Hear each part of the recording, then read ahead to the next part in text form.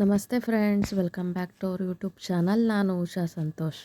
ಇವತ್ತಿನ ವಿಡಿಯೋದಲ್ಲಿ ನಾನು ಚಿಲ್ಲಿ ಚಿಕನ್ ಚಾಪ್ಸ್ ಮಾಡೋದು ಹೇಗೆ ಅಂತ ತೋರಿಸ್ತಾ ಇದ್ದೀನಿ, ನಾನು ಹೇಗೆ ಮಾಡ್ತೀನಿ ಅಂತ. ಅದಕ್ಕಿಂತ ಮುಂಚೆ ಯಾರೆಲ್ಲ ನನ್ನ ಚಾನಲ್ನ ಸಬ್ಸ್ಕ್ರೈಬ್ ಮಾಡದೆ ನೋಡ್ತಾ ಇದ್ದೀರಾ, ಯಾರಾದರೂ ಹೊಸಬ್ರು ನೋಡ್ತಾ ಇದ್ದರೆ ಪ್ಲೀಸ್ ಸಬ್ಸ್ಕ್ರೈಬ್ ಮಾಡ್ಕೊಳ್ಳಿ, ನನಗೆ ಸಪೋರ್ಟ್ ಮಾಡಿ. ಇದುವರೆಗೂ ಯಾರ್ಯಾರು ನನ್ನ ಚಾನಲ್ನ ಸಬ್ಸ್ಕ್ರೈಬ್ ಮಾಡ್ಕೊಂಡು ನನಗೆ ಸಪೋರ್ಟ್ ಮಾಡ್ತಿದ್ದೀರಾ ಅವರೆಲ್ಲರಿಗೂ ತುಂಬ ಹೃದಯದ ಧನ್ಯವಾದಗಳು ಸ್ನೇಹಿತರೆ. ಮೊದಲಿಗೆ ನಾನು ಇಲ್ಲಿ 1.5 kg ಚಿಕನ್ ತೊಗೊಂಡಿದ್ದೀನಿ. ಚೆನ್ನಾಗಿ ಒಂದು 2ರಿಂದ 3 ಸಲ ವಾಶ್ ಮಾಡಿ ಎತ್ತಿಟ್ಕೊಂಡಿದ್ದೀನಿ. ಬನ್ನಿ ಇವಾಗ ಹೇಗೆ ಮಾಡೋದು ಅಂತ ನೋಡೋಣ. ಒಂದು ಬಾಣಲೆಗೆ ಎಣ್ಣೆ ಹಾಕಿ ಬಿಸಿ ಮಾಡೋಕ್ಕೆ ಇಟ್ಟಿದ್ದೀನಿ. ಸ್ವಲ್ಪ ಎಣ್ಣೆ ಜಾಸ್ತಿನೇ ಹಾಕೋಬೇಕು.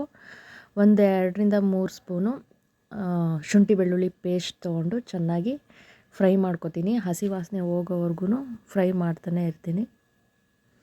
ಎಣ್ಣೆಯಲ್ಲಿ ಚೆನ್ನಾಗಿ ಫ್ರೈ ಆದರೆ ಫ್ಲೇವರ್ ತುಂಬಾ ಚೆನ್ನಾಗಿರುತ್ತೆ ಸ್ನೇಹಿತರೆ.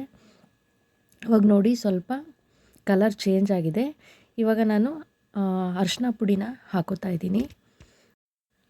ಇವಾಗ ನೋಡಿ ಚಿಕನ್ ಹಾಕೋತಾ ಇದ್ದೀನಿ. ಚೆನ್ನಾಗಿ ವಾಶ್ ಮಾಡ್ಕೊಳ್ಳಿ ಚಿಕನ್ನು.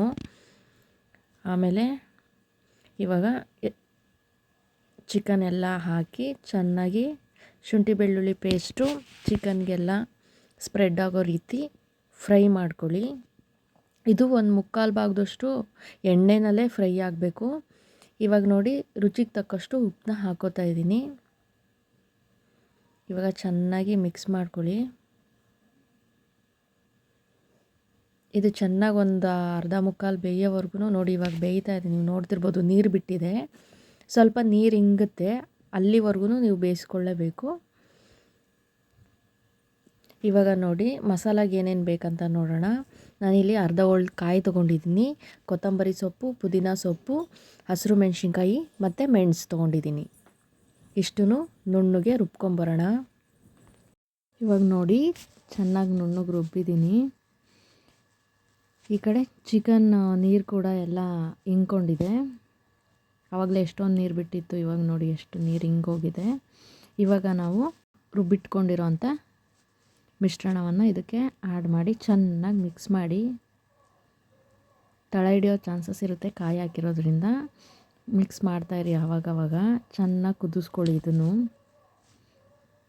ಚೆನ್ನಾಗಿ ಮಿಕ್ಸ್ ಮಾಡಿ ಕುದಿಯೋದಕ್ಕೆ ಬಿಡಿ. ನೋಡಿ ಚೆನ್ನಾಗಿ ಕುದೀತಾ ಇದೆ.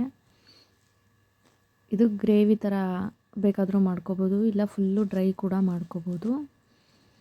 ನೋಡಿ ಇವಾಗ ಚೆನ್ನಾಗಿ ಚಿಕನ್ ಕೂಡ ಬೆಂದಿದೆ. ಒಂದು 5ರಿಂದ 10 ನಿಮಿಷ ನೀವು ಕುದಿಸ್ಕೋಬೇಕಾಗುತ್ತೆ ಕಾಯಿ ಹಾಕಿದ ಮೇಲೆ.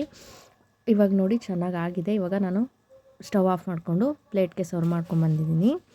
ನೋಡಿ ನೋಡೋದಕ್ಕೇ ಎಷ್ಟು ಚೆನ್ನಾಗಿ ಕಾಣಿಸ್ತಾ ಇದೆ. ಟೇಸ್ಟ್ ಕೂಡ ಅಷ್ಟೇ ಚೆನ್ನಾಗಿತ್ತು ಸ್ನೇಹಿತರೆ. ನೀವು ಒಂದು ಸಲ ಟ್ರೈ ಮಾಡಿ ಹೇಗಿತ್ತು ಅಂತ ನನಗೆ ಕಮೆಂಟಲ್ಲಿ ತಿಳಿಸಿ. ಈ ವಿಡಿಯೋ ನಿಮಗೆ ಇಷ್ಟ ಆಗಿದೆ ಅಂತ ಭಾವಿಸ್ತಾ ವಿಡಿಯೋನ ಎಂಡ್ ಮಾಡ್ತಾಯಿದ್ದೀನಿ.